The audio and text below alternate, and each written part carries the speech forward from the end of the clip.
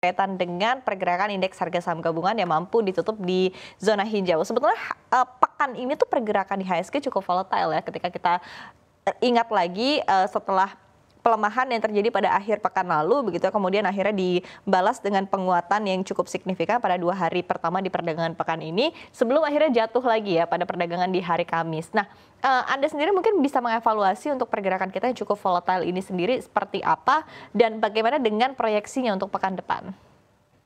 Ya, sebenarnya kalau kita lihat memang untuk IHSG di pekan ini tidak terlalu cukup baik ya Iva ya. Tapi untungnya sebelum libur akhir pekan nih, dimana kan memang pekan depan cuma 3 hari perdagangan ya Iva, karena ada libur di hari Kamis dan hari Jumat. Sudah ditutup di level yang cukup baik sih sebenarnya, karena masih berada di atas di level 7.130-an ya kalau kita lihat. Memang di pekan ini kan banyak sentimen-sentimen yang memang mendorong pergerakan IHSG itu volatile seperti yang Iva bilang. Pertama ada keputusan The Fed, kemudian keputusan Bank Indonesia juga. Nah, nanti di pekan depan itu justru akan banyak sentimen juga nih dari dalam negeri meskipun hanya 3 hari perdagangan. Yang pertama itu dari Indonesia nantinya akan ada PDB Indonesia di periode triwulan 1 atau kuartal 1 2024 ya, memang diprediksi kita akan masih berada di level sekitar 4,7 hingga 5%-an nanti di sepanjang tahun 2024 karena memang dari sisi kinerja kita tuh masih cukup baik, apalagi mengingat di triwulan 1 itu kan kita ada momen Ramadan ya Iva ya, jadi memang ini harusnya bisa mendongkrak produk domestik Indonesia sendiri. Kemudian selain dari PDB juga akan ada beberapa sentimen juga seperti dari China sendiri juga nanti akan ada PMI, PMI dari versi China juga dan juga ada PDB dari China dan juga nanti akan ada cadangan devisa dari Indonesia untuk di periode April 2024 di mana harusnya sih cadangan devisa kita masih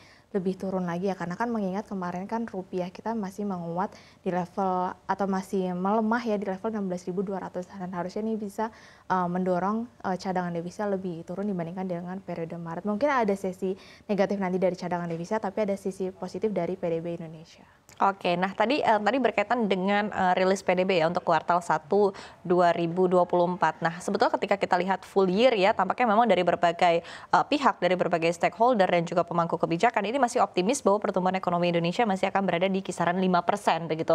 Tapi ketika kita melihat untuk proyeksinya di pekan depan berkaitan dengan rilis PDB ini sendiri dan mungkin respon yang akan dilakukan ataupun juga akan diambil oleh para pelaku pasar seperti apa?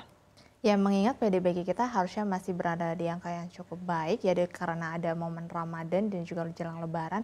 Seharusnya ini bisa mendongkrak pergerakan IHSG dan juga mengingat di mana bahwa pekan depan juga masih banyak rilis laporan-laporan kinerja keuangan, apalagi terutama dari saham-saham yang sebelumnya udah jatuh anjlok parah seperti contohnya properti, kemudian ada retail. Kalau kita lihat di kuartal 1 2024 ini justru untuk kinerjanya di kuartal 1 ini menunjukkan kinerja yang cukup baik, bahkan ada yang kinerjanya naik hampir 100% untuk di sektor properti.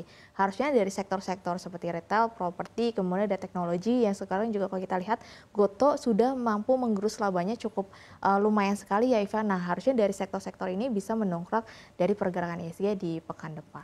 Oke, nah kemudian mungkin ketika kita melihat begitu untuk secara sektoral ya, setelah di pekan ini emiten perbankan big caps ini juga tampaknya tertekan cukup dalam begitu, ada aksi profit taking juga yang dilakukan oleh para pelaku pasar. Nah, apakah di pekan depan mungkin akan mulai dilakukan aksi buy on weakness? Karena tampaknya sudah mulai dicicil ya, mungkin kalau untuk buy on weakness di akhir perdagangan hari ini ya, tadi setelah tertekan pada pagi hari, di sore hari sudah mulai ada penguatan begitu untuk perbankan big caps ini sendiri. Seperti apa mungkin proyeksi untuk pekan depan?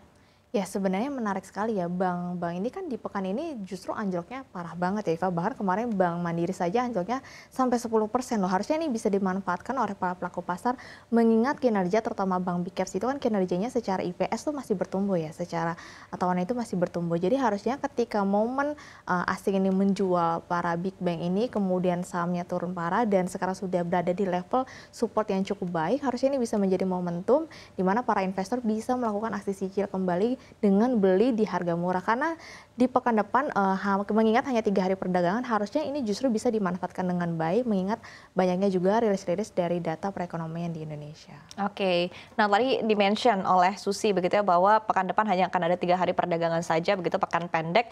Tapi apakah optimisme dari para pelaku pasar ini cenderung mungkin akan sekali lagi ya melakukan aksi buy on weakness sehingga mungkin terlihat juga kepada penguatan untuk indeks harga saham gabungan atau justru malah di tengah ketidakpastian yang ada saat ini, di tengah wait and see yang masih cukup kental mahal begitu ya, mungkin investor juga mungkin akan cenderung lebih mengamankan aset-asetnya begitu di pekan pendek, pekan depan. Ya, mengingat di mana pekan ini turunnya IHSG juga sudah cukup dalam ya Iva, kalau kita lihat sudah berada di kemarin bahkan sempat menyentuh level di support 7.030-an dan sekarang sudah balik lagi di level di atas 7.100. Harusnya pekan depan ini justru bisa dimanfaatkan para pelaku pasar yang mengambil di pekan ini barang-barang murah, harusnya bisa dimanfaatkan untuk pekan depan itu menjadi IHSG itu lebih volatile lagi atau transaksinya menjadi lebih menarik lagi karena mereka sudah dapat barang-barang murah di pekan ini, terutama bank-bank big caps yang anjurnya cukup lumayan. Kemudian juga didorong dari data ekonomi yang harusnya masih positif di pekan depan dan juga kinerja-kinerja beberapa saham yang memang menjadi hal yang menarik.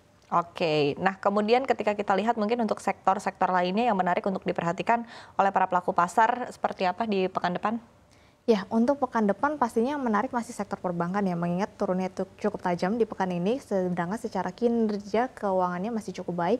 Kemudian sektor properti nih, Pak, kalau kita lihat di mana beberapa saham kan sudah rilis, ada CTRA, kemudian ada SMRA, Summarecon, ada juga lahan industri di Demas yang justru mencatatkan kinerja yang cukup baik.